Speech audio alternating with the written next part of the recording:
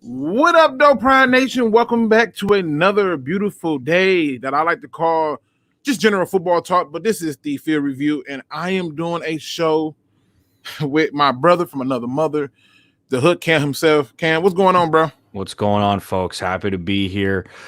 I'm just happy we're being consistent now, man. We can actually put aside the time to get some film work done together. We're diving into this year's draft. It just gets me super excited to sit back and watch and, you know, kind of know where these guys are going, think about what team they're going to, how they're going to fit in, man. I'm very excited. Very excited.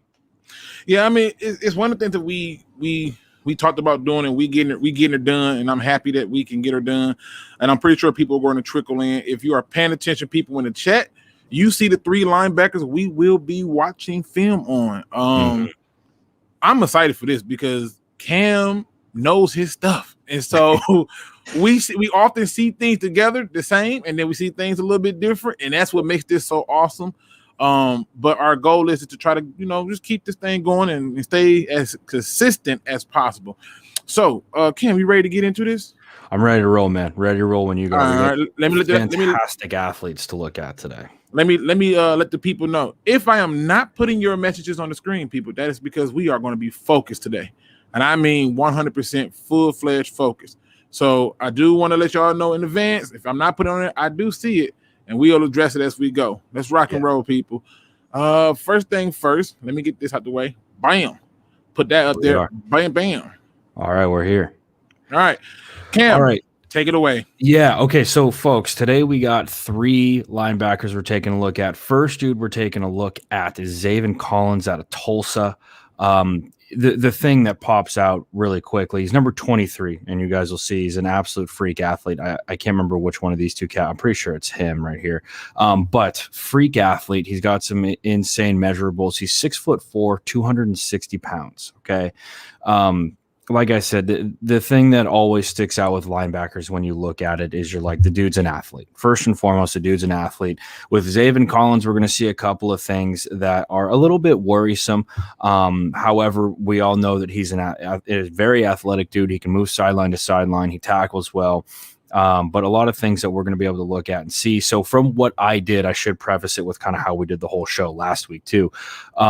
Basically, here's what I'm doing with this. Luke and I have a tendency to disagree with a lot of the primetime media news related to draft picks, right? And so particularly, we don't really agree with Pro Football Focus. That's kind of the big one. The Draft Network, really the only reason why I look at those two is because I don't pay super close attention to college football. I love watching the games, but as far as prospects and all that go, I don't know these guys, where they're born at, what their area code is, what their zip. I don't know that. So I usually use those just to kind of get a list of dudes where I'm like, all right, let's take a look at who we got this year, which is why we kind of go through and look at this. So basically what we did last week, I really enjoyed it. I think Luke did too, is we're going to watch a player from the three, right? So we're going to start off with Zaven Collins. We're going to watch his film.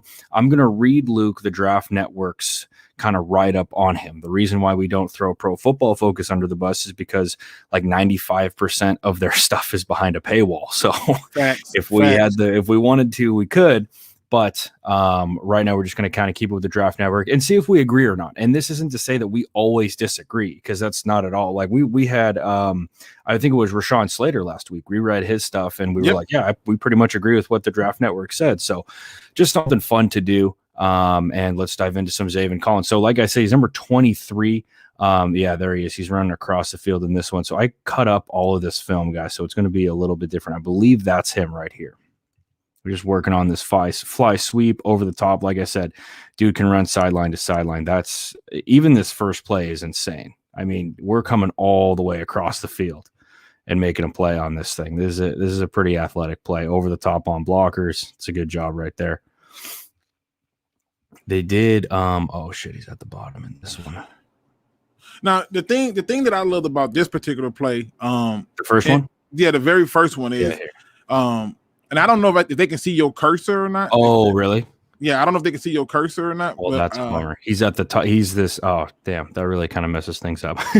Well, I tell you what. Can you put it back in that other mode where you can draw, and then that way they'll be able to see it. You see what I'm saying? Not sure what you're talking about. To be Just honest, open it up like you're gonna draw on it. You know what I mean? So like you can draw. You can like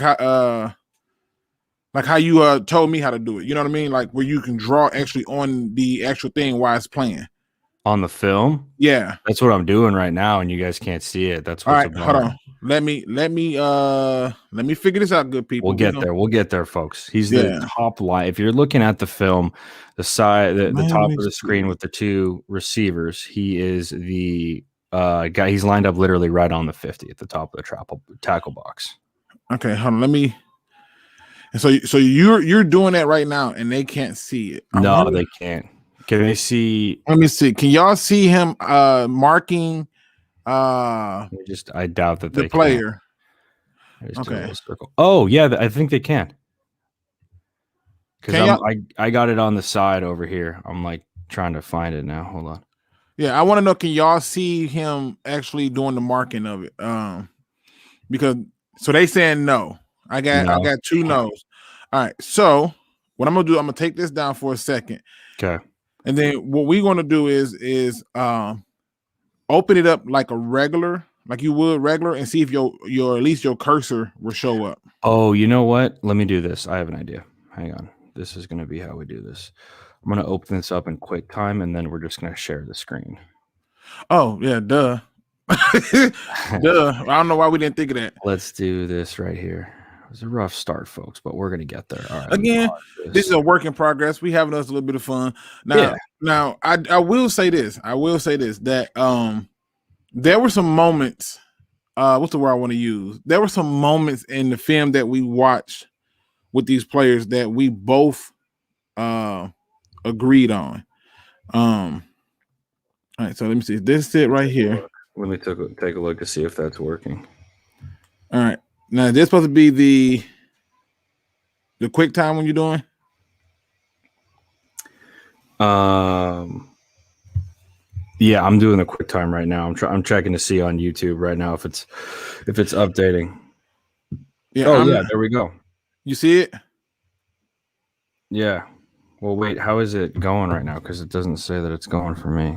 I'm confused. Let me see something. Right there. Oh, I had the wrong one up. My bad. Right there. All right. Now we can see it. You guys, we got it? Yes, we got it. All right. Now we back in business, good people. All right. Here we are. All right, Cam, you good to go? I think so. Yep, I can see your cursor. You got my cursor like this right here. You can see that. I can see all of that. Boom. Okay. All right. Okay. Jesus. From the top, folks. Sorry about that. It's been a rough one so far. Listen, technology will fail you every time you need the most. It is what it is. But let's get back into it. All right. Right now, we are starting off with Xavier Collins. So let's line it back up. Let's go. Like I said, this is Xavier Collins at the top of the screen. The whole reason why I put this clip in here is because we got a fly sweep going this way, right? We're trying to get outside of this thing with this receiver right here. Xavier Collins is going to come all the way across the field and make a play on this bad boy. Look at this. He's fighting over the top of blockers, gets in on the tackle. That's a great hustle play in my eyes. And you need that throughout the duration of a game, right? Can't just be one or two plays. I got to locate him pre-snap on these. This is him right here.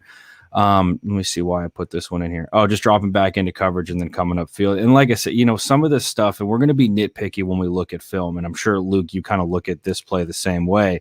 You kind of want him to be a little bit more tenacious when he's coming up on this. And it's always going to be a thing that I'm going to bring up. If I'm watching film and you're acting like a nap, aka a non-aggressive player, I'm going to call you out. Mm-hmm. And so one of the things that irritated me with him is on some of the plays, he wasn't always too aggressive in what he wanted to do or show. I seen times where if he flies in there and is aggressive and blow up the blocker, the running back has nowhere to run. But in most cases, what I see he do is he's more relying on his athletic ability versus being aggressive, and that is definitely a concern for me. Yeah, I agree, and that's a really good way to put it. He does kind of rely a little bit more on his athletic ability than he does. I don't want to say on his instincts for the ball because I don't necessarily know if that's it. But here's another play, just kind of stuff on the goal line here. And a lot of times, guys, and I put a lot of these clips in there where they're on the goal line and they're filling a gap that the ball isn't going to. There's a reason for that, right? Every defense needs to be gap sound. So we look at this situation right here, and it looks like it's really not that crazy of a play. We're just working into this gap for him. And right, maybe some people who, I don't want to speak down to anybody, but don't know football as well are looking at this saying, well, why isn't he working over the top? Why isn't he plugging into this gap? You have to be gap sound in your defense. So when he's running through gaps, it's because it's what he's supposed to do. Here he is in coverage right here. This is kind of a gift interception. I don't really think that this is anything crazy, but the one thing that I do want to point out with this is that depth is your friend in coverage, right? You got to get depth, and he kind of stops in his coverage, right? He doesn't get as far deep, but once he does, he ends up being the lucky guy with the football right there. Go ahead and chime in anytime you want. I kind of clip these together. No, it's funny because it's like weird because like when I saw that particular play myself, I said, "Damn!" It's like I'm happy he got the interception, but it was a very fortunate luck 4-leaf, 6-leaf clover play where it's like, okay, yeah, he had the awareness and the heads up, but if that receiver catches the damn ball, right, even though he got crushed, if he catches the ball, we're not talking about, oh, what a great play. He needs to get back. You got to get depth in coverage. That's 100%. And the thing is that, and like we said, his athletic ability, well, the fact that he's 6'4", it's going to be tough to throw over him if he's playing coverage right. When he's not playing coverage right, though, it's going to be more of something that's against him when he's relying on that athletic ability rather than something that he can use to his advantage when he's doing it right. This is him at the top of the screen right here. This was a good play from him, just working up, filling a gap and making a play. This is a good job making a play in the backfield, man. I like stuff like this out of him. What really got my attention is right there. That breakdown right there. So when he gets there, this is what every linebacker I be watching, I be trying to see those small things. That breakdown allows him to force that running back to make a pimp decision. And that executive decision the running back's got to make is, can I get around him or should I run through him? But it doesn't matter. The positioning is there, and there's nothing you can do because now you got to make a decision about what you should do because he's right there and he broke down. If you think now you got to be like Dante Hall or Barry Sanders for a person to break down like that and you're going to juke him. I don't see that being the case, and this is why he made a very good play. Now this he do very consistently that I've noticed on every film that I watch of him. He will break down immediately and get in there on a play, especially in run defense. As long as he's not getting blocked. Yeah, right. As long as we're not getting targeted by the offensive line, we're going to be okay. No, but this is a good play, and the fact that you bring that up is an excellent point. I mean, how many times do we see how frustrating is it to see contact made in the backfield, but a poor showing of tackling, and that play ending up gaining 5-6 yards. I mean, there's nothing more frustrating than that. He does a great job working into his gap. You're right. There is no friction from offensive line. There's anyone in the way, but he breaks down in the backfield and forces his back to make a decision. We know he's not going to cut back into the teeth of this thing because of all the white jerseys right there. So he tries to pop this thing outside, and we're doing a good job of wrapping up on that. That's a good play from him. Absolutely. 100%. This one right here, though, I got to put some good, bad, and ugly in here. Here he is at the top right here as he's working across, trying to scrape. My biggest thing with this, and I think you're going to kind of be on the same page, is that if you see this ball coming downfield, right, and the whole reason why I'm saying that he should be coming upfield, that's the biggest thing with this. He shouldn't be at depth, right? He should be coming upfield trying to plug a gap. The reason why I say that is because we've got guys pulling in the backfield. So if we've got guys pulling, that's a dead giveaway. I would rather have you play this thing up closer to the line of scrimmage than, risking getting beat with a deep ball, because if it's going over the middle, we got safeties back there and you can bail out of that position and close to the line of scrimmage. I would much rather you have you play nice and tight. And when you're nice and tight, stuff like this doesn't happen, where we get a combo that's working off to you and it ends up being a big gain. And it's funny because this is one of the plays that I was hoping you had on there with us. What ticked me off is when he comes down, first of all, he needs to commit. But second of all, here we go with this damn, I want a prime picture stuff. I don't have time for this. You need to blow that guy back okay, and press that pocket, because guess what happens when you blow him back? He only can come to you. Yeah. If he goes in there and put that shoulder into that lineman's chest, that running back is not getting out, because now the hole is closed. But what he does is he leans against him now, and then the part that made me mad more is what he do after he gets leaned into him. Watch this. Tell me where he started running. Oh man, that's a bad play. You see what I'm saying? Like I want the guy who wants to play. I want the guy who's hungry. He leans on tackles and guards and centers way too much. When you look at him getting blocked, he leans on them. If he presses that dude, that hole is done. Yeah. And here's a really like good example of this, right? There's two guys that stand out on this play. The first one obviously is Zaven Collins, because we're looking at him. The second one is this cat right here. You tell me which guy you want to have on your team. 90 is hustling up the field. This is a DM who wants to get in on the play. Right. Where's my guy? Where's Zaven Collins at on saying, oh, I'm out of the play, let me get back in it? You got a guy that's clearly heavier. Look at him. I want it. That stands out. Yeah, exactly. Like that'll stand out more to me on film every single time. So again, that's one of the biggest things I've noticed when it comes to Xavier Collins and pretty much a lot of these linebackers, man. They don't like contact. You get a hand on them and they get different. But he has to be better at pressing those blockers in and taking on blockers. And it's very underwhelming when you look at it. Yeah. I'm pretty sure that this is him. Hang on, because this is a good play from him. If the guy that makes a play, so I'm pretty sure that this is that is him, Collins, right? Yep. And this is a good play right here. We fight over the top, right? Now we're coming into this gap. We're filling. That's a good play. Beautiful. Right? We need to see stuff like that all the time, though. But that's the athletic ability he's relying on. Yeah. You know, he's relying on it. And the thing I like about this is if you pay close attention to when he comes around to fill that gap, okay, when he comes around to fill that gap, the first thing he does is he uses that right arm to make sure he still got that outside leverage. Yeah. So that way, if he tries to bounce it out, he's in position to turn and go. Boom. But he immediately sticks his foot in the dirt, drives home, because the running back now making decisions, and boom, play is made. You can't ask for nothing better than that. Yeah, that was a good play from him. Here at the top, just a couple of pass rush things, because he does have a couple of tools in his tool bag when it comes to rushing the queue. This isn't a bad job from him working upfield. I wish that he would bend that hoop a little bit more, right? We see a lot of these pass rushes in college, college and high school, where dudes are just really working upfield. Well, as a tackle, that's very easy to protect against. If this dude just wants to go upfield, that's fine. I'll wash you right upfield. We're good to go. But the dude who can bend this hoop, right? And when I say bend the hoop, I mean really turn this thing there and into the quarterback. That's when we start getting in trouble as a tackle. Yeah, I am a stickler for people who have pass rush moves. And if you don't use a pass rush move or some type of counter, I saw so many film of him just trying to run around. And I hate to say this, but this UCF tackle handled him a lot when he did this. I mean, a lot.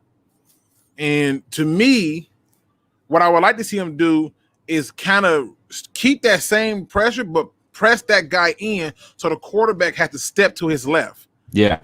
You see what I'm saying? So if he 100%. Right there, if he pushes him, and I get that they're blitzing, but if he pushes him towards the left, that quarterback is going to have to either roll towards him or make a decision about going towards the right. Now, the blitz got home. We don't want to kill him for that.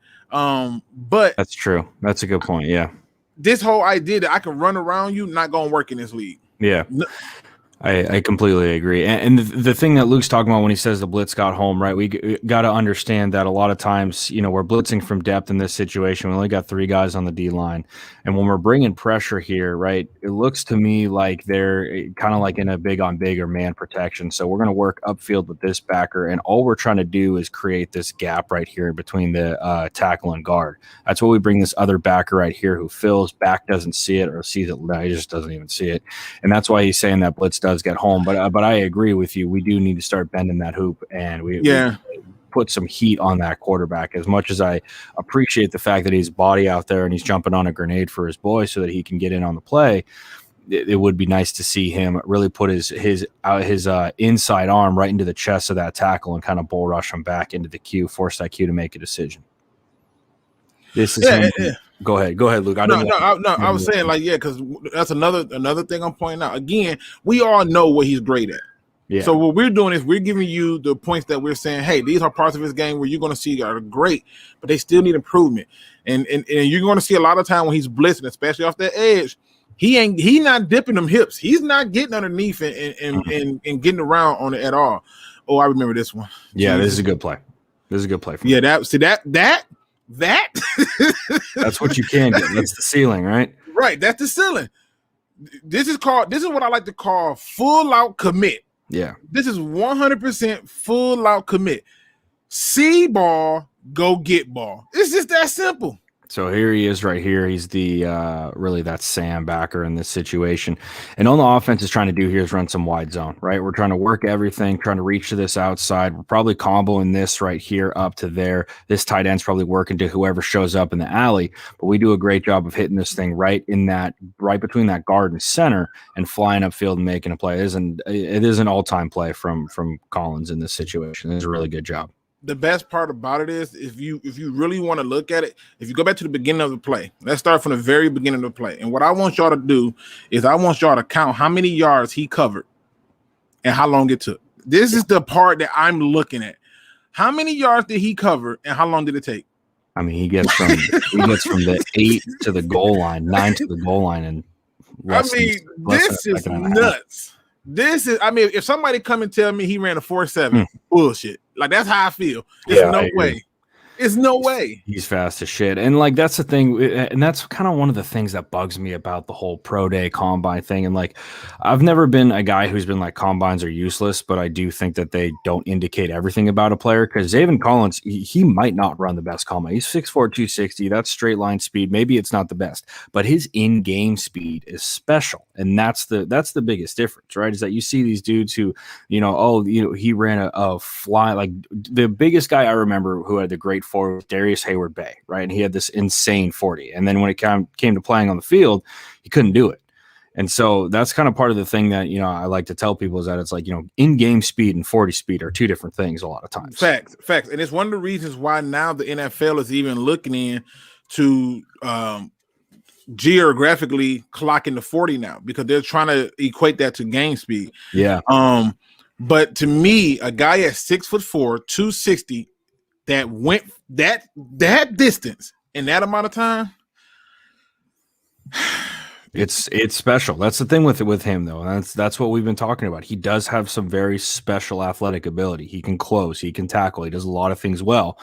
And then there's plays like this one right here where we're not really sure what he's doing, right? And here he is at the top of this thing, and he's kind of playing patty cake here. And I get it. I get it, right? This is just a straight give. Like they're second and 10 offense is trying to pick up some sort of yardage, but like you want to see this dude fly in. Like, let's make a play. Let's be physical. We're not being physical at all. We're just kind of putting our hands on the offensive lineman and waiting for this back to either bounce it or keep it in that A gap, which is exactly what he does. But I mean, what do you think when you see a play like this? It irritates me. Yeah. Because the way I was coached and taught was that even if you make a mistake, do it aggressively. And so when you're coming up, want to check, what I call it the cavity search. You're going to see him come up and do the cavity search. You got to make sure you got no weapons. Okay, yep, there's nothing in your shoulder pads. Nope. Anything in your butt pad? None of this? Okay, you're doing good. Yeah. When you're cavity searching people, I got problems. Yeah. Because, again, if you blow that up, I promise you the running back got to make a different decision. It's one of the reasons why people like Jared Davis have a market right now, because he's going to run in there and blow that up. He doesn't care about the blocker. Yeah. Right? And so as big as Xavier Collins is, if somebody were to tell me, we can make him a DN. No. Okay? Do not come in here and say DN to me at all. Okay? I don't want to hear that. But again, that play is suspect on some. Oh, you Jesus. Yeah. Oh, God. Okay. There's moments in people's life where you have an ugly moment. Now, let me just say this. Every single player is going to have a bad moment. I'm going to say it again. Yeah. Every single player is going to have a bad. You're going to get got. The goal is to do more getting than got. Let's watch what Mr. Xavier Collins do right here. Here he is right here, folks, pointing him out for you. Not the best play from him. Not the best play. There's worse plays, but this is not the best play from him. Y'all tell me what he doing. Y'all tell me what he doing. Tell me what is it that he's doing. What is he supposed to be? What is he doing here? What do he see? You ain't finna tell me he bought that play action. Oh, he's so aggressive. This again, cavity bad searches. plays here. This is like three. This is three back to back bad plays. Luke, this is the one we were talking about a little while. Yeah. This the one. This the worst one right here. Look at this. Block. Go back. They missed it. They missed it. I know they missed it. And the worst part about it is we're gonna make sure you don't miss it. I want y'all to focus on my man's right here. I told y'all when you're going to a blocker, you need to be aggressive. Blow him up. This is what happened when you are here cavity searching. Watch this. Yep.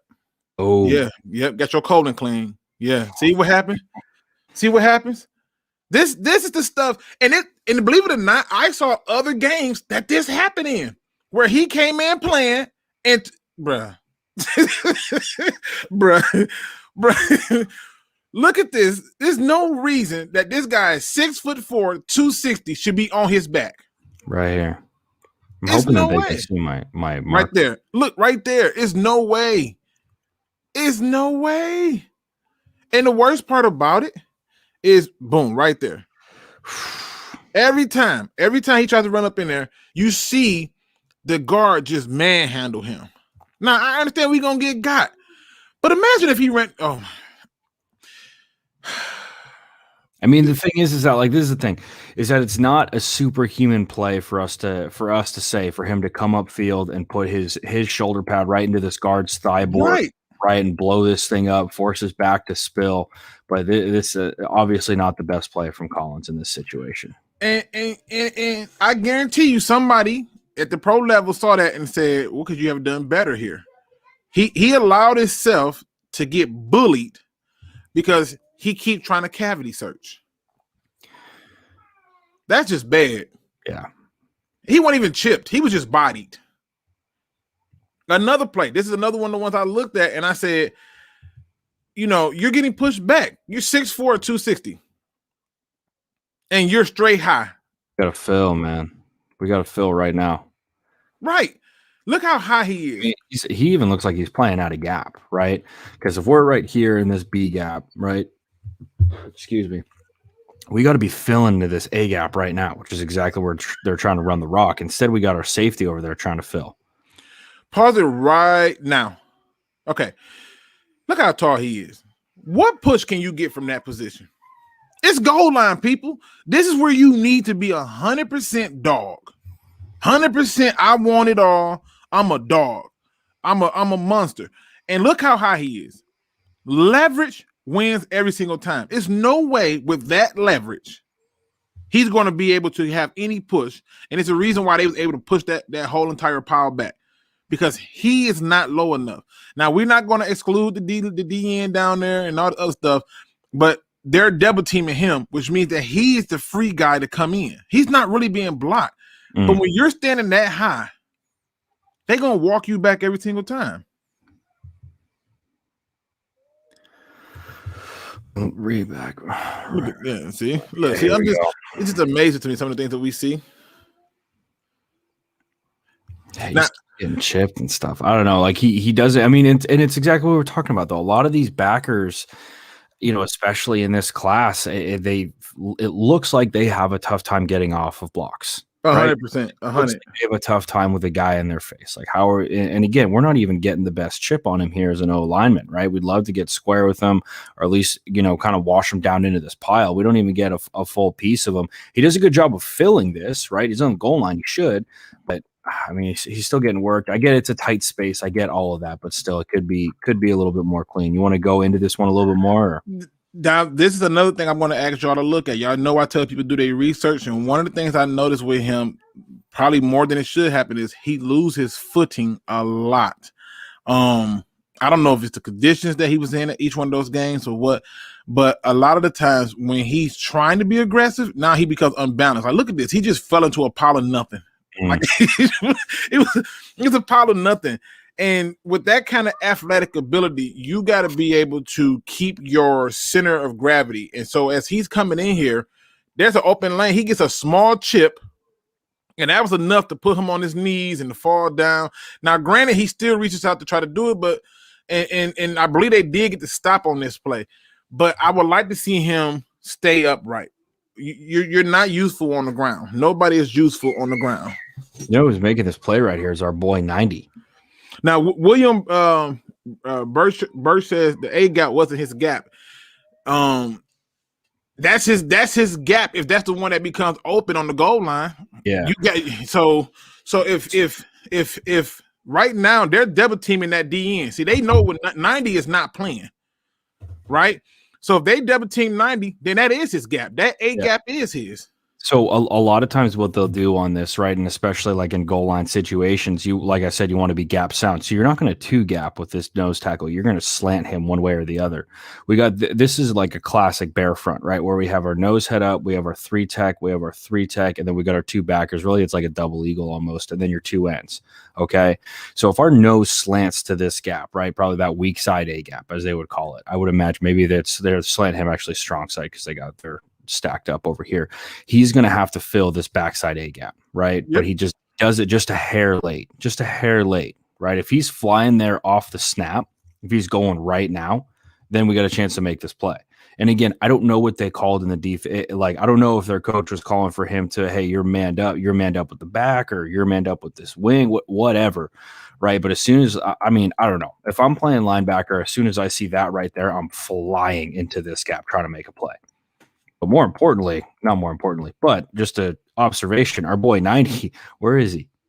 Yeah, 90 right here is making the play. 90 is an absolute stud. I got to see more of this kid. Yeah, like I'm intrigued on who 90 is right now. Right. Yeah. I mean, this dude's a dog. Look, and if 90 don't do that, that's a touchdown. Yeah. Now, William Burch said the play clearly has the A gap with the safety coming over top from the C. This safety, I'm assuming he's talking about this safety right here. Oh, he said he meant the play before the one. Oh, okay. Okay. You want to go back to that one? Yeah, I want to see what he's talking about. He said the play before that one. So I'm assuming this was the play we just watched. This one right here? Yeah, let's see. This is the one where he got smoked. Oh, it's got to be this one. It's got to be that one. Okay. Even if that's not his gap, there is no way possible you're going to convince me that a guy that damn high is trying to get a stop on the goal line.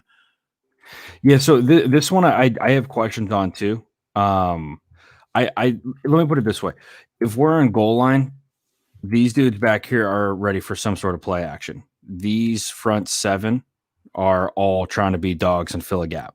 And once again, we're playing in the backfield with our nose, but he's clearly working to that side. It looks to me like he should be filling. And again, I don't know. He very easily could not have that gap. I'm not trying to start anything because I don't know what their defensive calls is, but I would imagine, right, that we get this combo right here. That's not supposed to happen. We got to be gap sound. I would imagine that he's kind of misaligned and should be filling this gap. That's what I think is happening. I could be wrong. Yeah.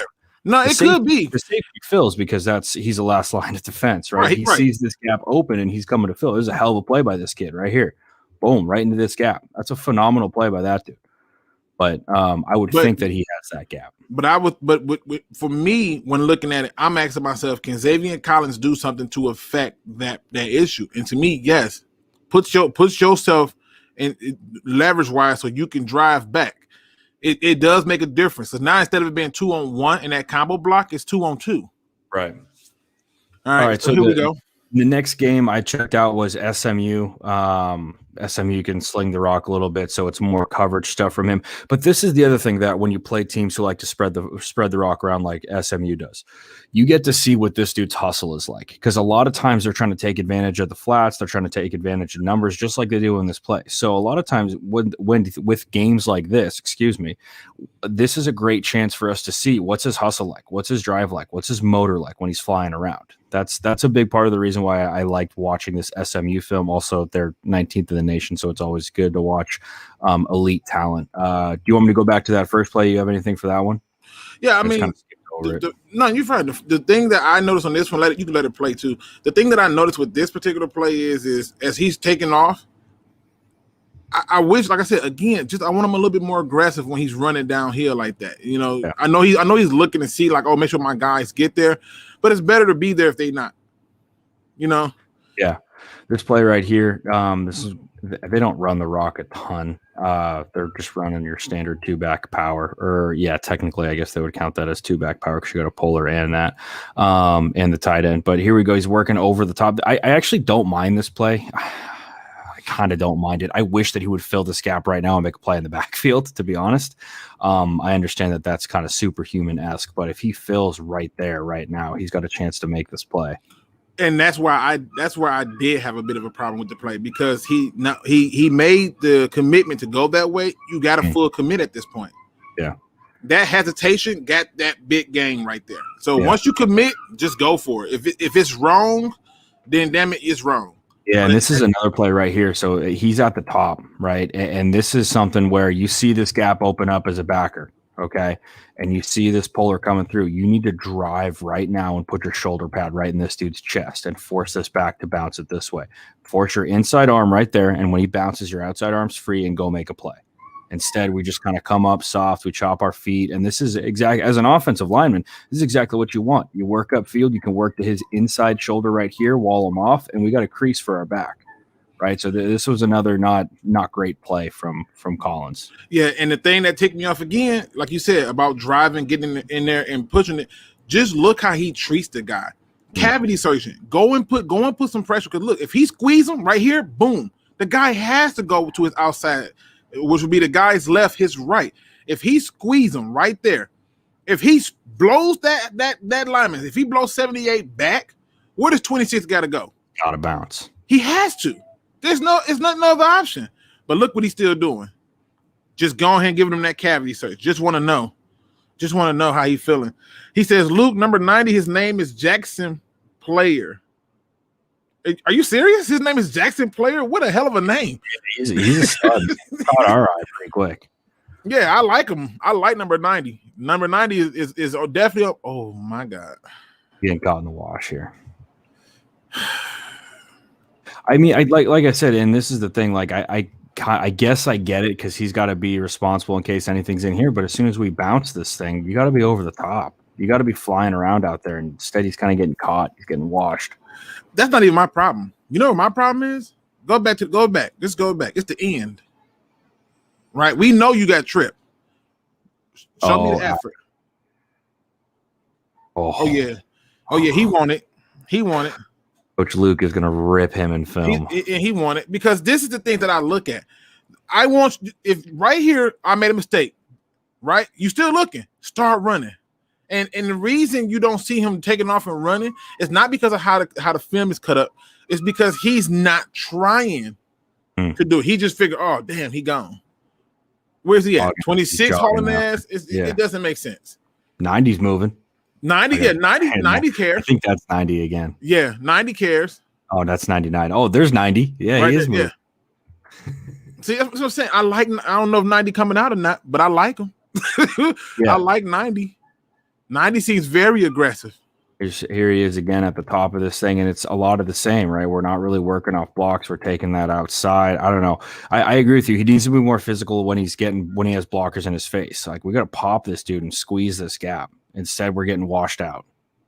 I'm not even sure how he even got in, because to me, like I said, I am a stickler for little stuff. And it irritates me when they don't do the little things. And like I said, you watch that play, he's just not aggressive in it. Here he's on a little pass rush here. Does a better job of bending that hoop like we talked about earlier, right? Working straight back there instead of working upfield and out of the way. Q probably didn't help himself out at all there, but just stuff to look at. No, that's just a good play by him. And like I said, there's nothing you can argue is really wrong with that. He did his job, got underneath, got around the corner. That is his favorite go-to move. I will tell y'all this. You ain't gonna be no hand chops, ain't gonna be no swims, ain't no spins, ain't no rip pulls, ain't no ain't no kneecap biting. He not gonna do that. Okay, I'm gonna tell you right now, he not gonna do that. But if you're looking for a guy who just want to run around you, he will do that consistently every time. So here's a good play, and this is kind of one of the things that's interesting to me. Look at how he closes space here, right? Like on this play right here, they were trying to run their wide zone, trying to get out the top, right? And we end up cutting this thing back. Good job from the back. But look at how he closes in this situation. I like do that when there's a lineman right there. Don't try and play patty cake. Don't try and work over the top. Like if there's a lineman in this situation, he's not playing it like this. And I get it. The ball carrier's there. You're trying to go and make a point. Make a play on it. But if he's flying around with this tenacity when there's a lineman there, he's going to put a shoulder pad into dudes and he's going to be lighting fools up. But instead, he's a little bit more patty cake when there's linemen in front of him, and he's not the best at making a point of stopping the point of attack right there. Here's again just coming on a blitz, just throwing things in there. See, I'm telling you, this is one of them plays where I was like, oh, I love it, but I hate it. This one right here? Yeah, because I love what he did. The patience is there. Patience. The go get him is there. Finish. Got to finish. Yeah. Like, how big is that quarterback? Like, you ain't finna tell me that quarterback bigger than 6'4", 260. You're not finna convince me of that. So, for this guy to stand up like he Ben Roethlisberger and steady the ball out is I'm not happy. Oh, he's right here on this play. Let's take a peek at what happens here. See what I'm saying, though? Like, anytime there's any sort of traffic in front of him, he kind of plays it soft instead of flying around like he did when it was just a ball carrier there. Right. Like I said, everything I watched on him, and I told people that they were going to be upset when I do a film study on him, because him and blockers, he not about that life. Not a fan. Yeah, he not. Yeah. If he got to deal with a blocker, you won. You won. So he's at the top again here. Yeah, you're right. He does not have a lot of moves in the tool bag. No, he's just fast. Yep, fast. Boom. That's it. I think that's him. It might not be him. No, that's him. That's him. It's him. It's 100% him. That's his move. That's it. Yeah. Unfortunately, there's dudes in the NFL who are going to be pretty good at stopping that thing. I'm just saying, that's it. That's all you're going to get. So this is the last clip we have of him. Yeah, again, he's working that patience and then trying to, like I said, this is the thing though, man. Like, you're an athlete, like, trust yourself in this situation. Trust yourself to run this back down. You're right there. Don't stop your feet and dive and try and swat this dude's leg. Like, get upfield and wrap this dude. Get there. And the only thing I enjoyed about this play, I'm gonna be honest when I say it, the only thing I enjoyed is once he comes down that line, like you said, you're an athlete, trust yourself. I was at least happy that he was willing to dive out and try to slow him up with that arm. But but if you start to look at how he handled blockers, how much was he gonna really trip him up with that arm? Yeah. Exactly. That's what I'm saying. The other thing with this is his pursuit angle, right? A lot of times just kind of how you usually coach dudes up. If it's coming down the line of scrimmage this way, he's got to get flat. He has to be way more flat. You see right here, he kind of bends it just a little bit. And that's the difference between him being able to make this play and just get an arm out there. I'm going to stop sharing and then I'm going to read to you what the Draft Network said.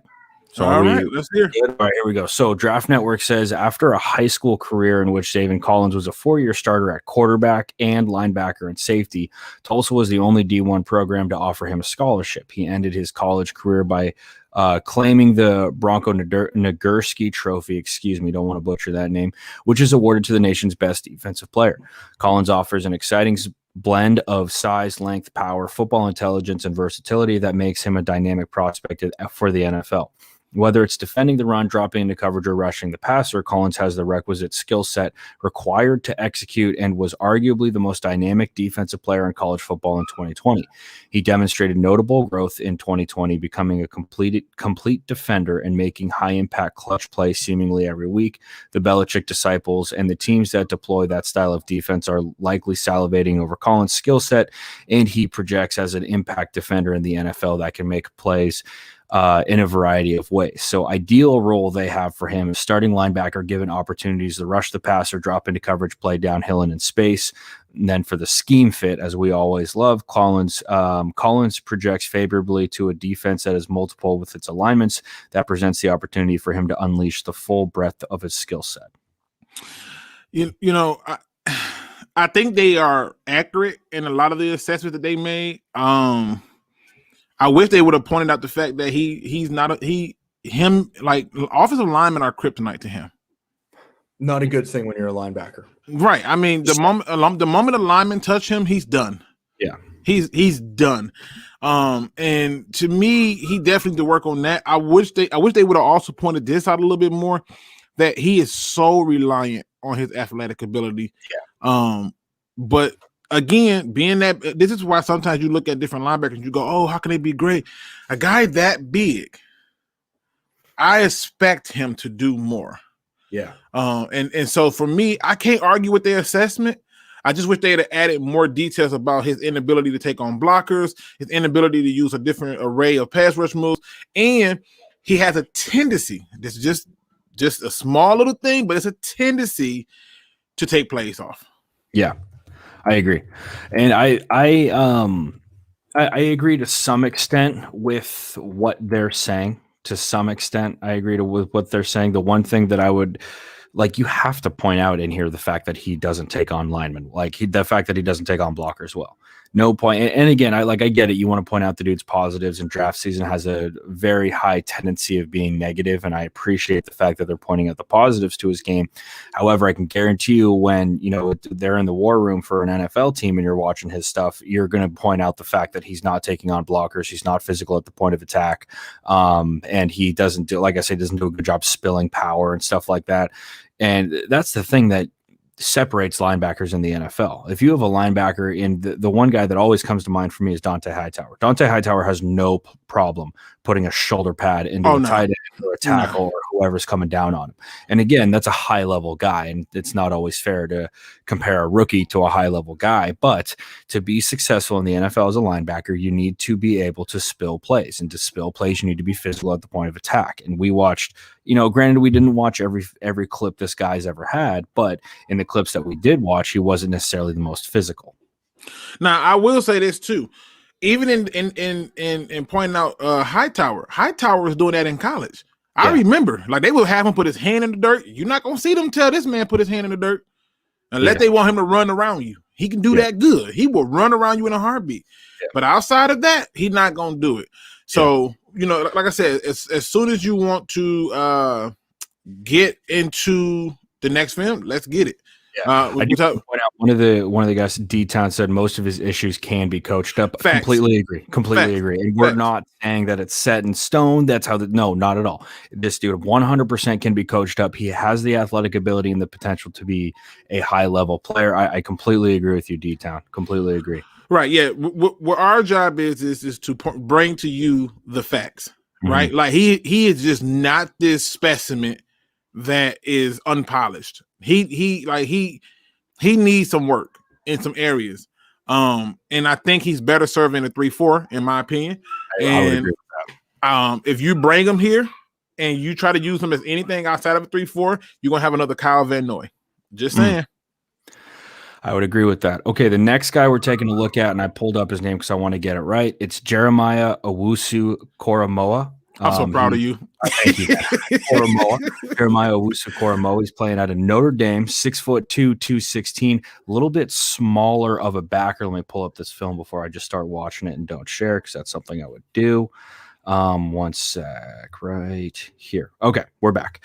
He's number 6 for Notre Dame. Now, what they played him as, and I don't think that a lot of people will really notice this, he's their field backer. Okay, this dude's an absolute athlete. He's at the top of this thing. I don't think you guys can see my marker, but I'm circling it right now. He's at the top of the screen, number 6, flies around very fast. The one thing I like about him is that he's physical. He's not the biggest dude, but he's physical. And we see that with this first play right here.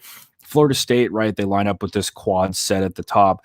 It's very traditional that they line this thing up and then they throw this quick screen right here. And to defeat that quick screen, I don't think they end up throwing it. They end up going with a QB draw. But to defeat this thing, you have to have a bad dude right here who's going to blow up this point man. And that's exactly what this kid does, which is why I put this play in there, right? He's bringing it to this dude. And that's the stuff that you want to see if you're a coach. I love this shit right here. Go get in that dude's grill. Go get in his kitchen. Show him what's up, right? That's a good play right there. Getting right in his face. Ideally, you'd like him to be more on the outside of that thing in case they do throw it, so that way you can stretch this thing to the sideline or force this dude to cut back into it. But I love that right there, that he's getting nice and mean and in that dude's grill. Yeah, I mean, like I said, I'm taking any level of aggression. I want people with bad intentions. I got bad intentions when you piss me off. So I want somebody like that. And the fact that he treated it as a screen, a wide receiver screen, the one thing you want to do is blow it up and disrupt it in a way to where if you are going to call a wide receiver screen, guess what? Now you got to make a decision because you definitely don't want to go inside. That's where all the traffic is at. So I know you're going to prefer to go outside. And the other receiver went up the field in an attempt to try to get the cornerback, but it doesn't matter because, look, I still can get myself outside. And to be honest with you, I think 87 was shocked because he actually stopped and waited for him thinking that, he wasn't going to do that. He was going to try to work around me. No, he went and hit him in the mouth. he hit him in the mouth and he went, damn, this is not what he's doing. Look at that. Completely off guard. Completely off guard. So good job by him. Yeah, this next play, he's right here. I believe they're running, just like a little wide zone that he cuts up field. But this is a good job. And that's the biggest thing that stuck out with this kid is that his physicality is on point. I don't think that he has the problem is that he's 215 pounds, right? And if this dude, David Collins had this dude's tenacity of taking on blockers, he would be an absolute animal. Right. I mean, I've seen. I gotta find another name for him for short. What we gonna call him for short? Because I'm not gonna botch his name. People in the chat have been referring JOK or Jock. Yeah, I don't want to call him Joke, so let's go Jock. That's we'll go Jock. All right. So in the case of Jock, right here, man, this is what I'm talking about right here. Look at this. Boom, right through your upfield shoulder, forcing this dude back into the and granted, some people are gonna say, but he got put on his back. I don't care. He forced it back inside. 33 can't make that play if he don't blow him up right there. Because as a receiver, and you got to remember where the receiver's trying to get to his upfield shoulder, right? Because ideally, we don't want this thing to cut back. Leave it right there. Don't move it. Right? We want him taking this thing up to the sidelines, right? In between these two cats, whatever. Okay, go ahead. Do you see that? You see that arm extension? Right you see that? Where he's already established that this ain't your day. This ain't your day. Look at this. This ain't your day. The runner now, and then look, he gets rid of him, and the guy held him. That's actually a hold, yeah. Yeah, he pulled him back. Just discarded him like the trash that he should be. When I see linebackers doing this to receivers, I'm on another level. Those guys who are smaller than you, bully them. You should be the bad guy. You should be the big bad wolf. Look how he just, oh my God. If that guy does not grab him, I guarantee you he makes the play on that. Yeah, I agree. Here he is, I believe, at the bottom. Like I said, he's usually aligned to the field. Look at this, though. That's the tenacity you want to see right there, man. That's awesome. This kid's good. This kid can fly around. It's very rare that I see somebody take a false step, non-fully commit to the play, and then still get back to top speed. It's very rare. The only linebacker I can remember to date who had that ability was Patrick Willis. Patrick Willis would take a false step or hesitate, but still have enough speed to cover it. And if you watch this dude takes a false step, because obviously he's reading the blockers, then he, boom, right there, that reset. He's already going outside scraping because he's thinking that they're trying to do this thing. But the reset is what I fell in love with. Right there, boom. Let me go get that. This is right here. This is beautiful stuff, man. Oh, so this right here, the reason why this one's kind of cut, and you guys got to roll with us on this. We had to cut the clips a little bit shorter so that we didn't get shut down by the old YouTube folks. But the reason why I have this one in, I believe he's caught up in the wash, or he's at the top right here. But no, he's not. I'm sorry. I'm completely wrong. He's actually out in coverage. My bad.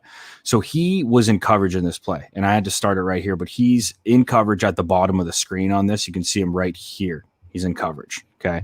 But he comes up and fills on this thing when the Q runs his way. I just love the way he filled, basically. It got me all sorts of fired up. Q's trying to take it, trying to be a big dog. All right, I'm going to put one right in your head. We're not asking you to do a lot. We're asking you to play football. Right. Now, go ahead. Now, I will say this. Although he did put that grown man strength on him, they say he put them paws on him, I would love for him to wrap up and run through him. But this right here, just being willing to say, I'm going to just get in there. And then he had the guy come over the top to get the spin fully going. you He's cannot. He's physical, right? And it's weird but that's got to be a point you look for when you're looking at linebackers. You got to see that physicality. This one I put in because he's flying around the field. This was the clip I thought it was beforehand, but here he is at the top of the screen. This ball's completed here, and he's in the camera at the end of this thing. Look, there he is, right? Flying around. We're not giving up on plays. We're coming around making a play on this thing. Yep. I love this dude's hustle. Love his motor. Love his hustle. Love all that stuff. And it's one of the things that I noticed when you comparing him to Xavier Collins is his motor is way faster. Now, there is some things in this game that I've noticed. He is not a patient player. Or I should say not as patient or disciplined at times. I've seen him get a few offside jumps and a few encroachment calls on him because he was ready to go. And a lot of times he's so impatient when he knows he's blitzing, he'll run up and show that, oh yeah, and it's a hard snap. So, but the pure ability to go from there all the way down, you can't beat it. Yeah, this play right here, just his closing speed. I mean, here he is at the top of this thing. Like I said, he's their field backer, and he's just, I'm going to close on this right now. You're not going to get that time. That's a good play from him. Yep. Yeah, I mean, like I said, anything where I'm looking at it and I'm saying you're just 100% aggressive, you 100% are making plays, you're not going to hear me, have a complaint at all. Here he is at the top. Yeah, he's running. He's got a little pass rush here. They get their quick game going. But here he is at the top of this thing working on a tackle. Gives him that little shimmy, gets to the outside. He's got that tackle reach. And I thought that was a good move from him, to be honest with you, for a kid who's light. I mean, Xavier Collins, 6'4", 260. Yeah. You ain't see him do not a rip, not one time. not once. So, I mean, it's good to see him use a pass rush move to get around that corner. Now, where is he on this one? Oh, this is him right here. This is bad tackling in open space. And this kind of goes with what you're talking about, right? When you talk about dudes who need to be patient, hold their water a little bit, this is where that over-aggressiveness can kind of hurt you, right? He's one-on-one with the back right here. You got to be working inside out in this situation and trying to work him to the sidelines. Instead, he's too far outside. A quick little move from the back, which, as we all know, if you're playing running back in the NFL or Division I, you're probably pretty damn athletic. A lot of times that's going to come back to bite you. And on top of that, he did not do the breakdown. We saw Xavier Collins break down. He didn't break down. Not at all. He just aggressively went after the dude, and the technique wasn't there, and that's why you see him miss that tackle. So, yeah. The only thing that was breaking on this play was this man's ankles. That's it. Wow.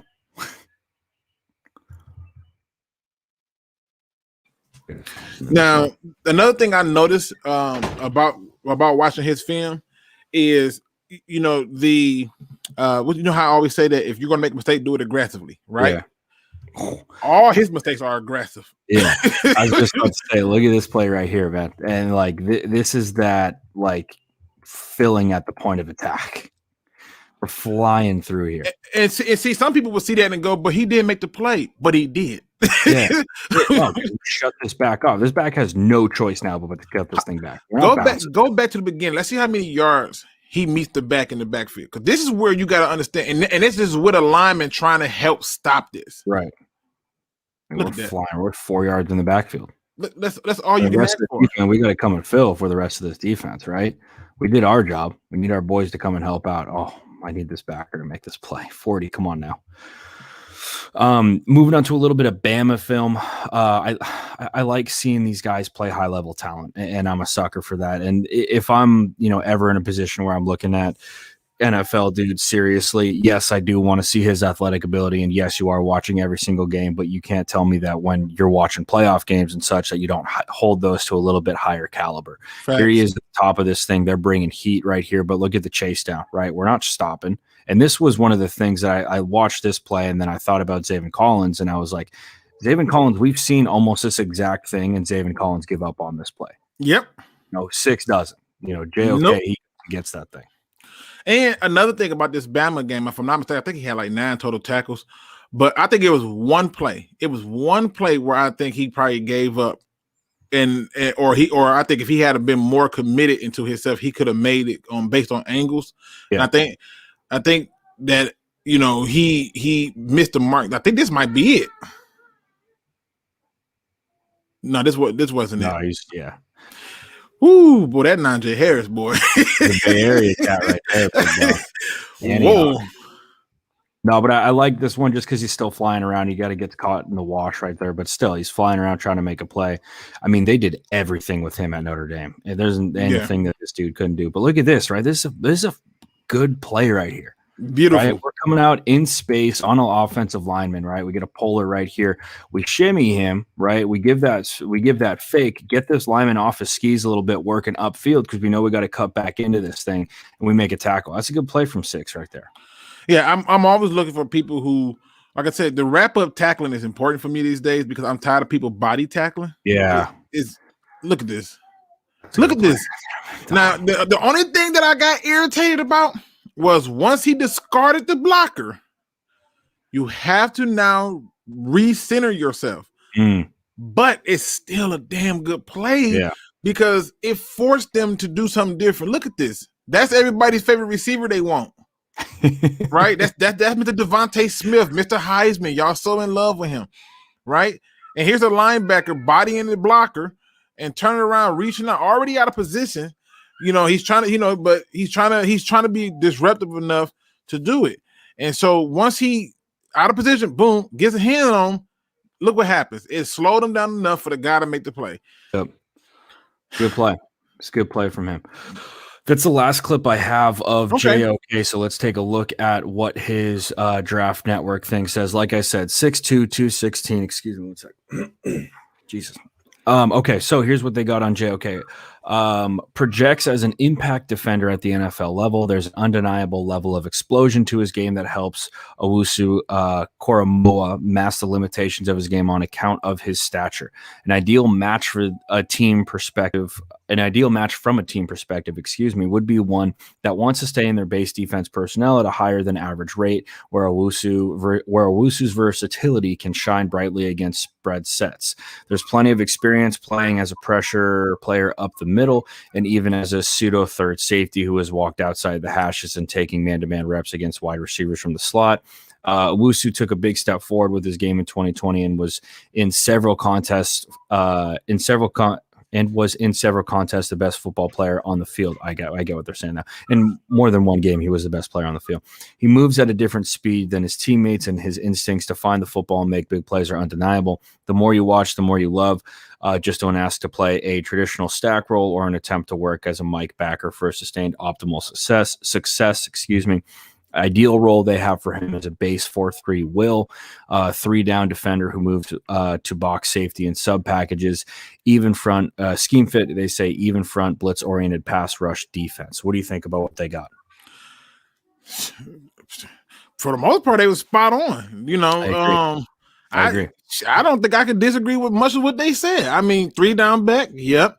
Can you put him in the box as a box safety and still have somebody come out there as an extra guy? Yep. The only major concern that most people are going to have is his weight.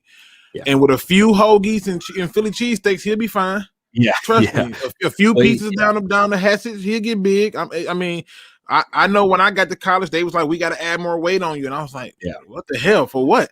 Yeah. And peanut butter became my number one nemesis. I had peanut butter on waffles, peanut butter on, man, it was just ridiculous. Peanut butter and chocolate milk. Dude. Peanut butter and chocolate milk. That became a favorite of mine. I never had it until I got to college. And it was I agree. So and I think overall he can 100% bulk up, and I'm not worried about that. Yeah. But just looking at the player, you can't teach aggression. Yeah, I agree, and that's a great point. I think that they have. I think that they're pretty spot on with what they say. Obviously, there's going to be some hesitation with him playing in the box just because of his weight, but that's obviously a fix that you can have. You just don't want to sacrifice that weight for that speed and that versatility.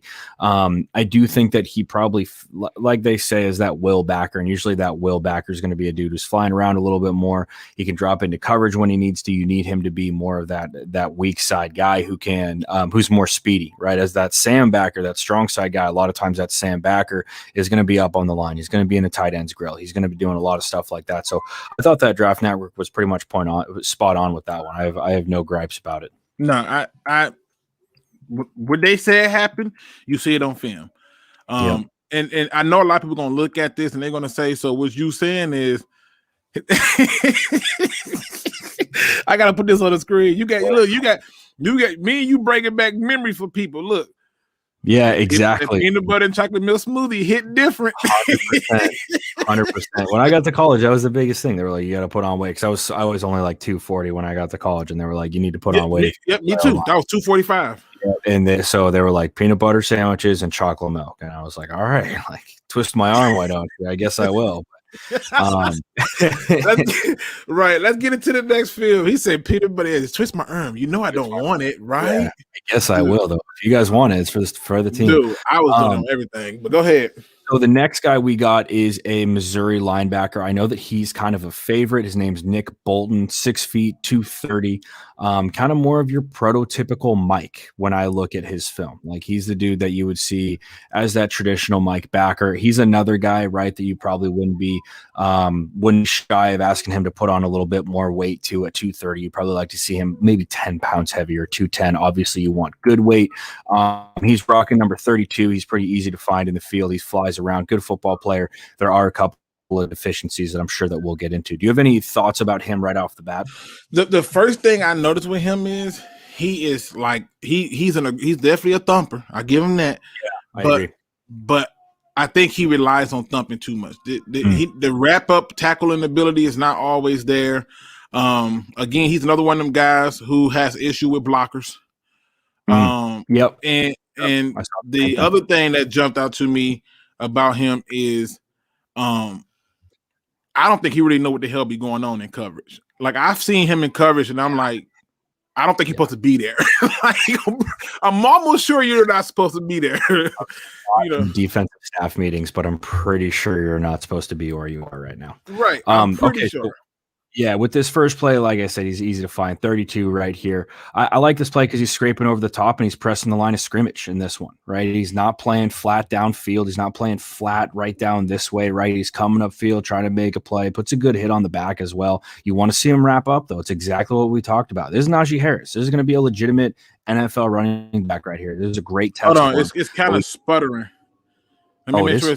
It's kind of sputtering. So you probably got to pause it for a second. Let's see. Give it a pause. And I know I'm hardwired, so let's see. It's kind of sputter. I want to make sure they can see it. Just play it really quick, regular. See if that's okay. Yep, it's moving on. Okay, we're good. Okay. Yep. Like I said, he flies around. Oh, this is a really good play from him. Right. This is when you know who your opponent is. He could have tried to run through him. He ain't stupid. He ain't stupid. It is great, man. Scraping over the top, working through blockers, right? We see our seam. We come there. We crease it. Great play from him. Great play from 32. Right here, Len, this is kind of what we were talking about, right? Like he's kind of getting lost a little bit. This play right here to me looks a little lost. Now, we do have this RPO look, and I will give him that maybe he's supposed to stay pat on this backside. But yeah, but even on the fake though, you look right there. Even you can see the quarterback arm is thrown. He still see what's going on. Yeah, you can see it in freeze frame. He see what's going on. Yeah, I just think he was lost. Yeah, and well, that's the thing. He's late to the party with stuff like that, right? We see this, and yeah, that's why we have that built in as an offense. Is because we want to hold this backside backer. But this dude's got to be flying over the top once he sees that ball's out. Yeah, again, this is another one of them guys that I know a lot of Lions fans like. That was a bad angle in the way. This one right here. Yeah, just a little bit. You want to see right here. If he flattens that angle out, he probably could have saved a few steps. I agree. So right here, now he see how he then bails out and go back wide. You didn't have to do that. Just trust yourself. Yeah. So it's easier said because we on the outside looking in. But when I played, I would see those kind of things like stay here.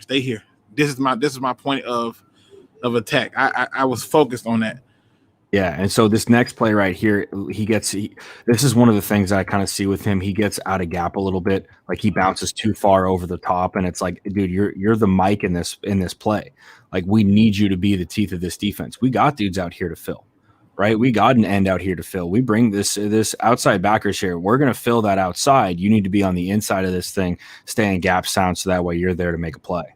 And that was kind of one of the things that I noticed with him, is that he did get out of gap here and there. This play, we got a nice little end zone film of it. I'll pause this thing at the top and show you guys. He's right here in this situation. Okay, so he's scraping over. I'd like to see him press it a little bit more. I do like the fact that he was able to get off of this block and get a shoulder on this thing and stop him at the goal line, though. Yeah, and if you watch him, his way of trying to keep distance is leaving his hands out. Like if you always watch him, his hands are always out to try to keep distance. Yeah, that's a good tactic. But I remember when I played against a very good offensive lineman. He actually grabbed my wrist and pulled me towards him. So I was like, what the hell? So I've learned that, move first and save that punch for later. Because some of these linemen will go, oh, it's for me to take. Okay. Yeah. This play right here, I just like the way he worked over the top in this thing, right? He had to really bend that angle out. I don't like the fact that he ended up getting caught up by this tight end. I believe that's a tight end. Yeah, that's 87. Right. But still, he does a good job filling on that. And the thing about Nick Bolton that you're going to see, like I said, first of all, let me go back. If you watch these two linebackers, and there's a reason why these three linebackers were picked for this particular video, because I think they all have that one characteristic. They're all athletic as hell. Yeah. But you're going to see that each one of their weaknesses, the other player has as a strength. Yeah. Whereas Xavier Collins as a coverage guy, okay, but Jock is pretty damn good as a coverage guy. Mm-hmm. Where Xavier Collins is not so aggressive, Jock is, and Bolton is. Where Bolton has trouble with coverage, Xavier seems to be have a better grasp on it. So each one of these guys contrast each other. Like if you look at Batman versus the Joker, they are supposed to be like the opposite of themselves. One is not willing to push the line, the other one is. And that's what I look at with these three linebackers. Yeah, and that's exactly what I was thinking too when I was watching these three guys. Bolton, I think, is a little bit more of a banger and has the weight as opposed to Jock. And this is the thing, is that, like, I think that of these three guys, Zaven, if he pieces everything together, can be the best because of his height and weight and athletic ability. But these two guys have kind of the aggression and tangible that I think Collins is missing with it, right? And I look at a play like this with Bolton. This is a true Mike play, right? We got this back hurdles. We're going to put our shoulder into him. But, like, let's see a little wrap up here, right? And that's something that, Zaven maybe does a little bit better job of breaking down and wrapping up. So it is interesting how all three of these guys kind of contrast. This one right here, this is a good play design, and I don't, Bolton kind of gets caught. He's at the top of this thing, right? Just so I can kind of break this down so people are seeing. Here he is. We're trying to make it look like, oh, we're going to throw this thing out to the top to Jalen Waddle, and then we come back underneath on this side with a little screen. He ends up getting pinned by a receiver in the situation. Like, that can't happen. That can't happen. No, and you already seen with Jock, if you're a receiver and you come my way, I'm gonna let you know I'm here. It's a difference. So this one right here again. But again, I think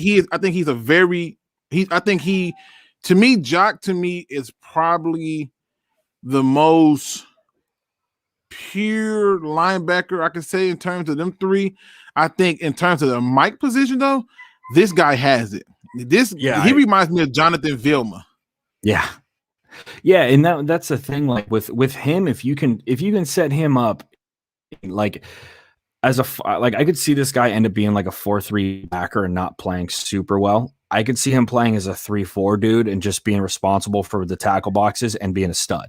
Like if he doesn't need to cover a ton of space and can just play in between the tackle boxes and can fill a B gap, like this dude's going to ball. But if he's got to be a 4-3 guy and be the dude as a Mike, I think that you might be able to find a couple more deficiencies in his game, especially when you start getting to the high level.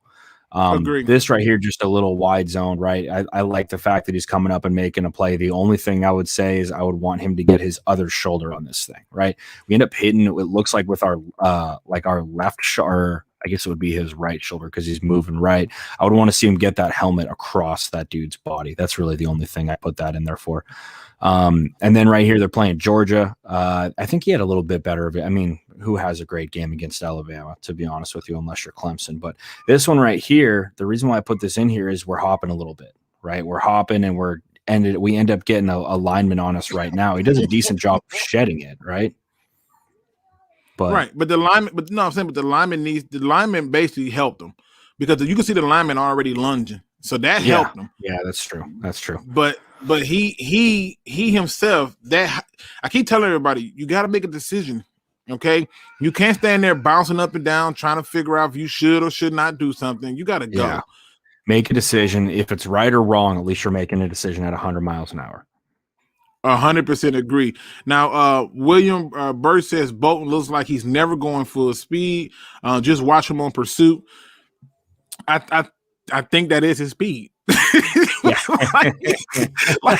I can't kill the guy for what he is. Yeah. No, so like this is kind of the thing with him is that he does get caught out of gaps sometimes. Like, and we look at this play right here, they're just running a really simple like inside zone look, and he's playing way outside. And I think that part of the reason why he's doing this and just kind of watching it, if you watch how this DN plays, he plays into the chest, right? He plays inside of this tackle, and that's why I think he's working out here. I get it. I don't know. That just might be the defense as opposed to him personally. But this play I didn't like from him at all. I thought it was the defense at first until the more I looked at it. And the more I looked at it, I just felt like he didn't know what was going on because as you see everything unfolding, you get to a point where it's like, okay, you have to start to read and react. And so your attitude to go outside for what? You got that free. You as a middle linebacker, I always got the ability to go outside, always. And you want to squeeze things inside out anyway. Yeah, I get what you're saying. Right. So that's why I kind of felt like he wasn't sure about what was going on. Yeah. Here he is on this play, right? George is just running a really simple power. Not a good look. And this is what we're talking about. You can't get caught like this with an offensive lineman. You can't, right? And yeah, okay, we shed that block, but it's 6 yards, 7 yards upfield. He's got to come and fill right now, right? We have to fill this thing right now, right into that gap, force this back to bounce it. Instead, we get worked. Back still works outside because we're on that inside gap, but still he's just getting worked upfield. And again, all I'm doing when I'm watching these different plays is I'm watching where's his first step and how is his hip placement. I'm gonna be honest with y'all. He played a lot of backyard football, but he's so aggressive at doing it. Nobody cares. Nobody cares. He plays a lot of backyard football. Just you got the ball. I'm going to get you. Yeah, and that's kind of what we see right here, right? He's kind of trying to. I do like the fact that he stayed in pursuit on this thing. That's good. True. Him rushing on this, they got a little game dialed up. Didn't work out too well. He had a couple of pressures here. I'm not a huge fan of him pressuring the quarterback, to be honest with you. Yeah. Why would you freeze it right there with him getting right there, just poor guy? Yeah, it happens. It happens. Everybody's and again, you're going to get got. It is what it is. This is football.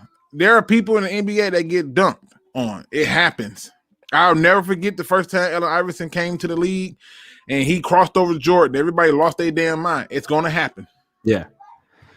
So, not a ton of plays with him. This is the last play I think I have. This one right here. Again, they're just working on it. This is a better job of filling. You almost just want to see him be a little bit more aggressive right here. I'll point him out for you guys. He's right here at the top. There's a decent job filling, right?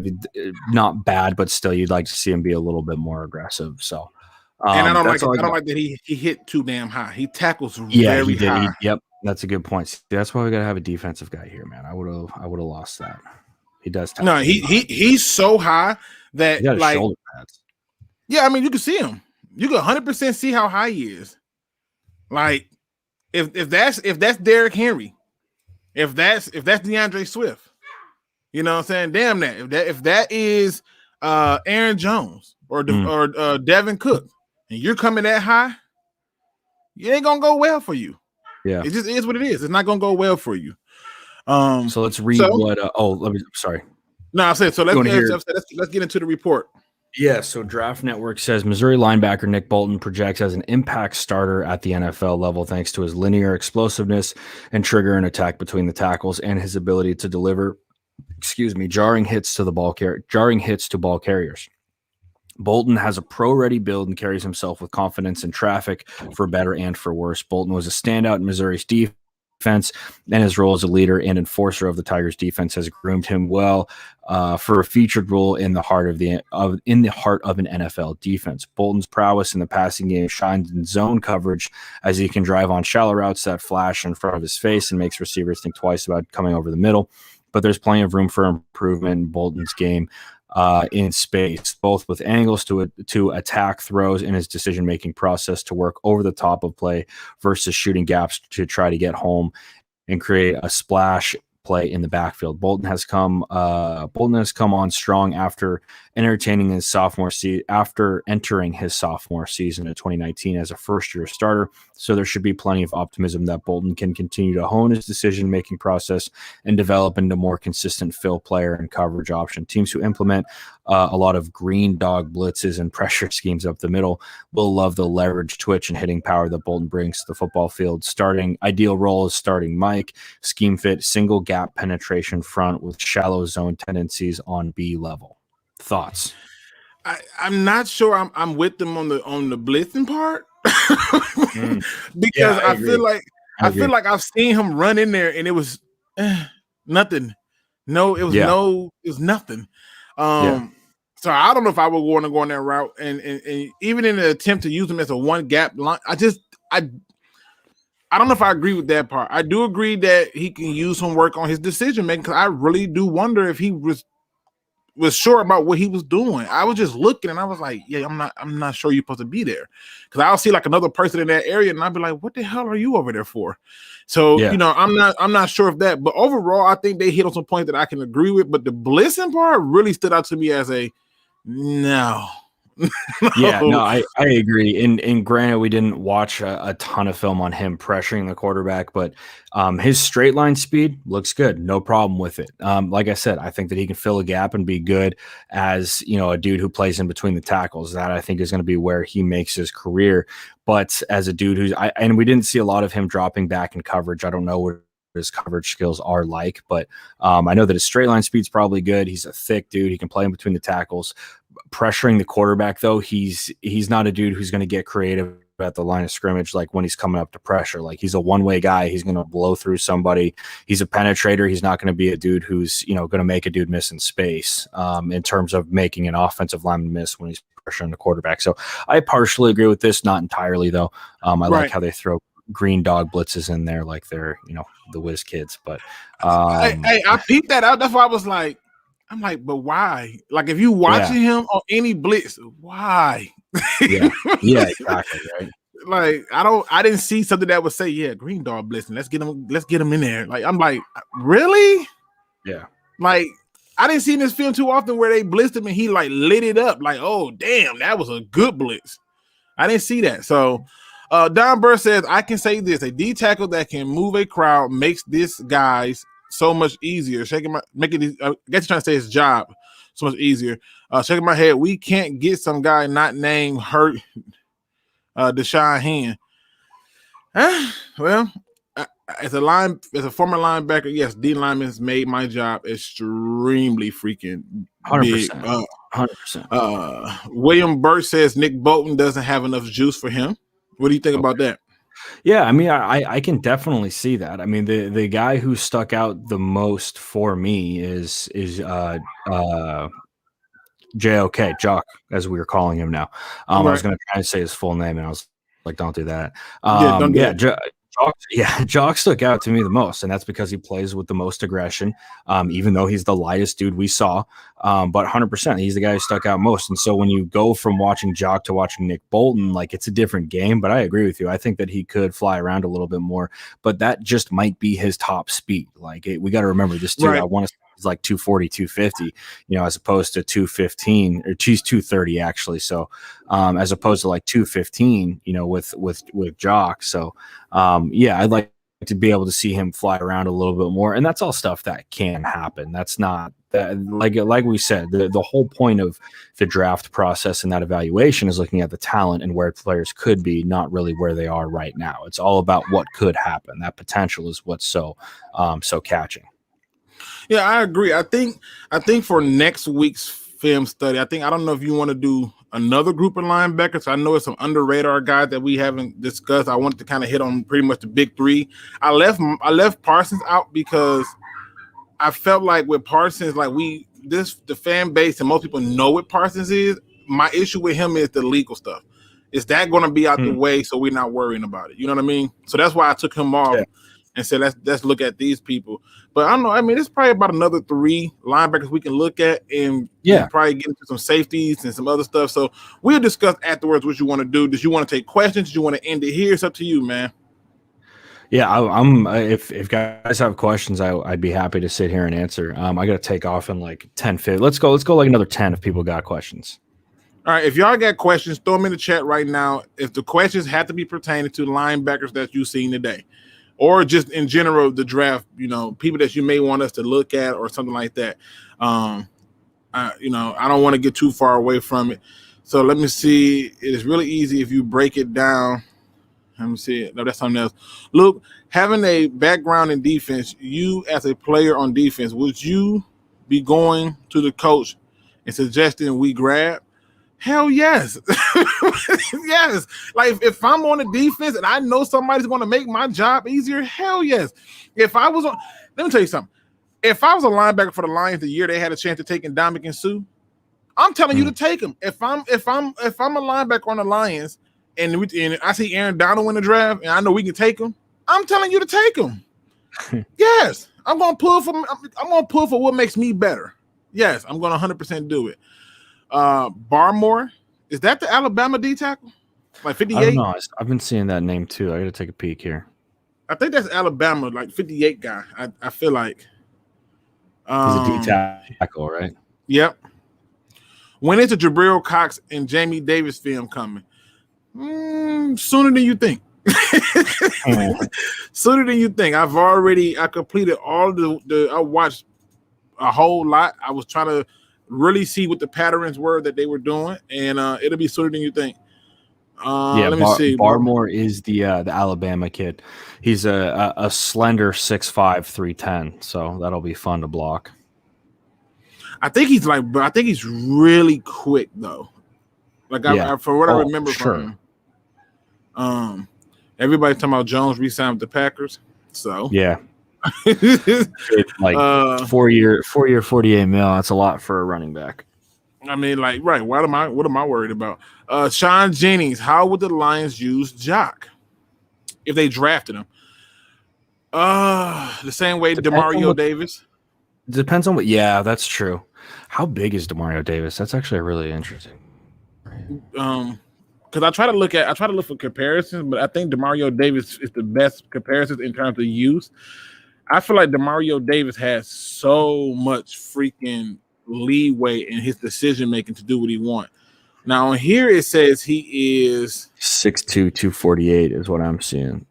Yep, that's what I'm saying too. So if that's true, then I see them using him just like that. Yeah, literally just like that. As an outside guy who you move in on from occasion and use him to cover tight ends and stuff. I can see them doing it just like that. Cam, you see anything different? No, I agree. I mean, the biggest thing with Jock is, can he put on weight? That's the biggest thing. Like, you don't want your Mike Backer to be 215, 220. Like, you'd love to see him at like 230, 235. If he can get to 230, 235, I think that he could be a DeMario Davis duplicate for sure. Like I said, I can see him doing just that. Ryan Williams says, "Can you guys do Ronnie Perkins live? He's a freak." Ronnie Perkins.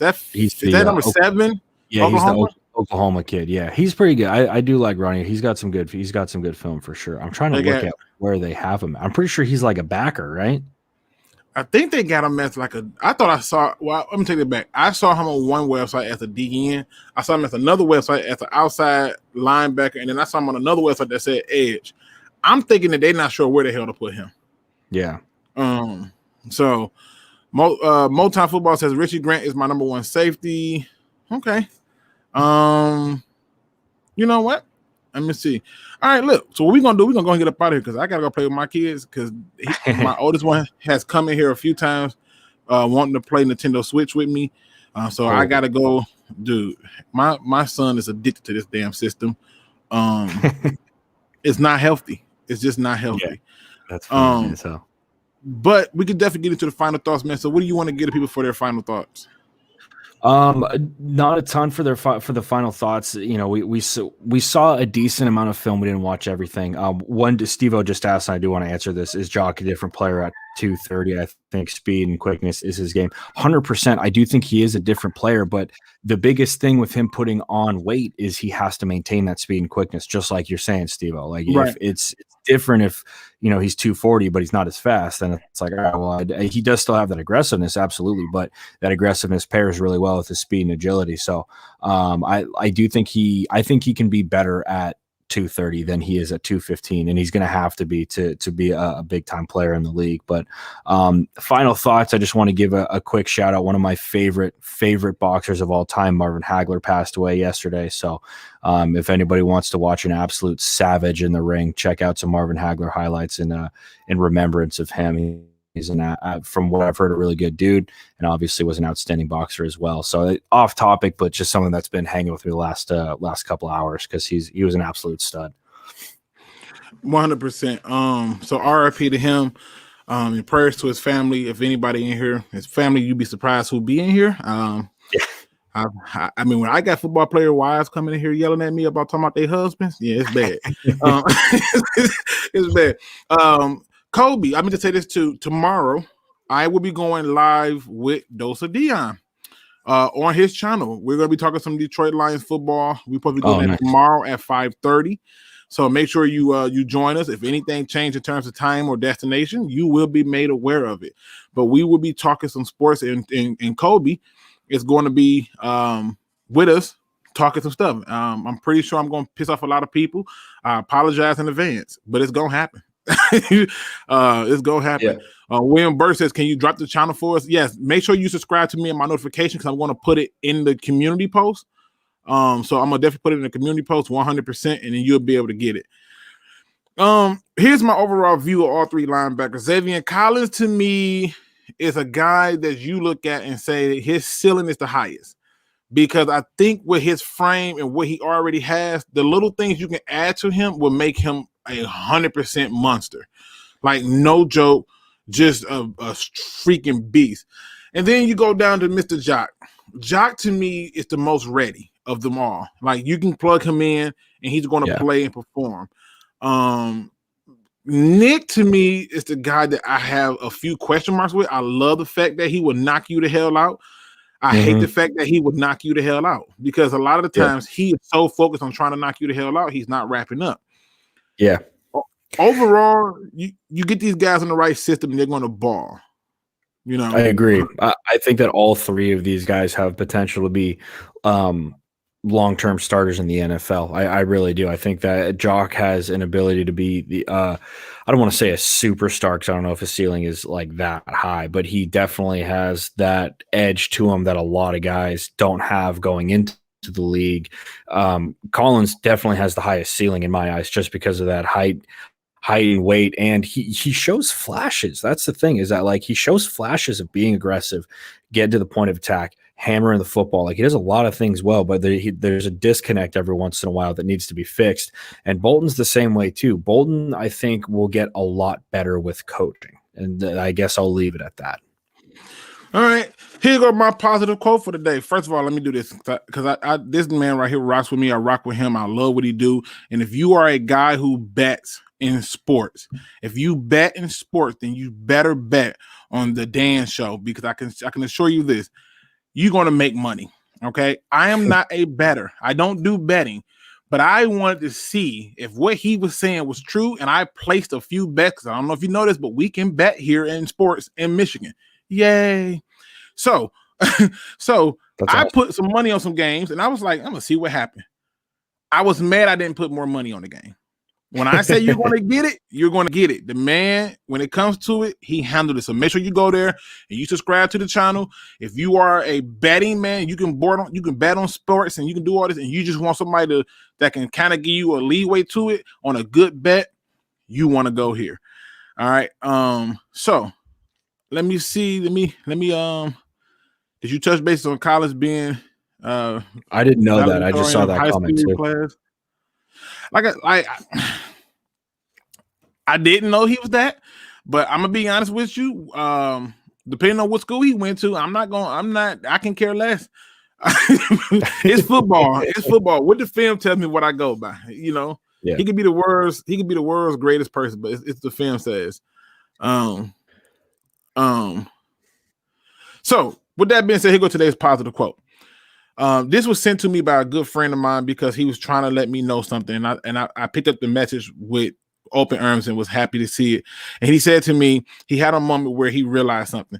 He says, if you look at the people in your circle and you don't get inspired, then you do not have a circle. You have a cage. I'm gonna say it again. If you look at the people in your circle and you don't get inspired, you do not have a circle, you have a cage. I don't think we realize this, right? But it's a reason why people like me and Cam get along. See, this circle is different. There is no competition. How can we do what we do good and be good at it together, right? He supports me, I support him. It's great. The way we met was strange. See, that's a beautiful circle to have. It's a circle to have that makes me a better person, that makes him a better person. But when you get into circles, and those circles have people who are toxic, people who you tell your dreams to, and they look upon those dreams as if that's just it. It's a dream, and it's time for you to wake up. Your circle is no longer a circle. It is becoming your cage, because you will 100% undoubtedly become what your cage is. I say to you, people, understanding that cage door is open and walk out. Some people you gotta be left behind for you to find your true destiny and your true self. And with that being said, ladies and gentlemen, you don't gotta go home, but you gotta get the hell up out of here. We appreciate you for rocking with us. And as always, don't be no chump. Please do your research. We are out. See you folks next